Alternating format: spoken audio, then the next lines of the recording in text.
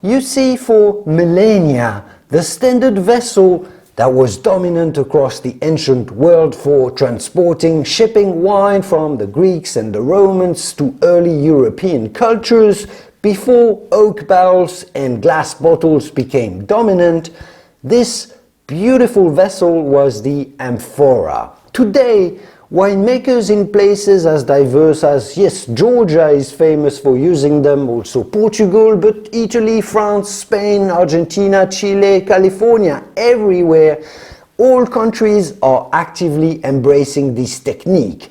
Why would you even consider using amphorae for making modern wines, you may ask? Well, they seem to be really trendy, used by many winemakers that make natural wines, organic wines, or simply wines that express their terroir very well. Why is that? Let's talk about it today.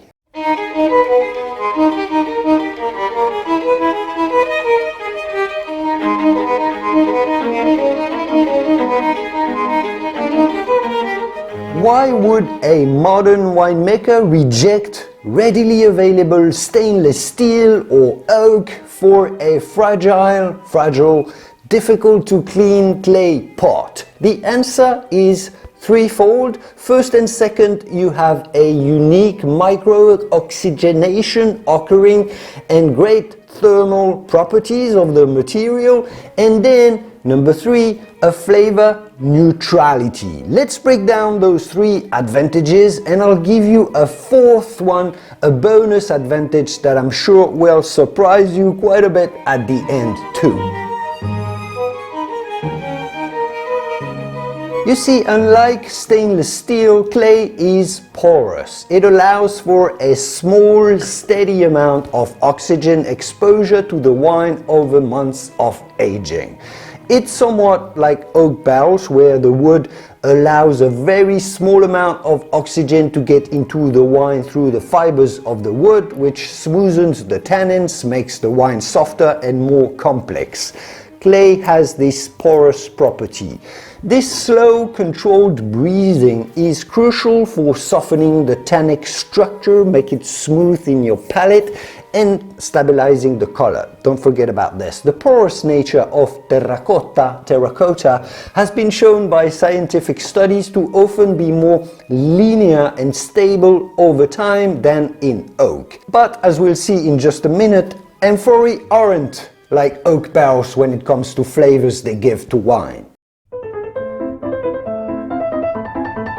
When buried or kept in a cellar, the clay provides very good thermal stability. It resists rapid temperature changes, fluctuations much better than steel. That promotes a slow and even aging process that many believe preserves the wine's aromatic complexity. On top of that, apparently, the traditional ovoid shape of amphorae, they're shaped like an egg, they're ovoid, also, that encourages natural convection currents within the vessel, keeping the lees, the dead yeast cells, in suspension, which naturally enriches the wine's mouthfeel, the complexity, the oily texture.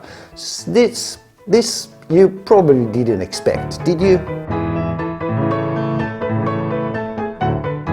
And finally, and this is crucial, clay is inherently flavor neutral. It allows the pure character of the grape, the vineyard, the fermentation itself to be the sole focus of the wine's taste. This is deliberate contrast to new oak, which imparts a ton of flavors like vanilla, toast, caramel, and spices. Oak completely changes the flavor profile of a wine. Even worse, oak somewhat makes every wine taste a little more similar to the next, the famous parkerization of the wine world, since the flavors imparted by oak are the same regardless of the grape variety, the appellation, the soil, or even the winemaking style. Amphorae, on the other hand, just let the wine speak for itself.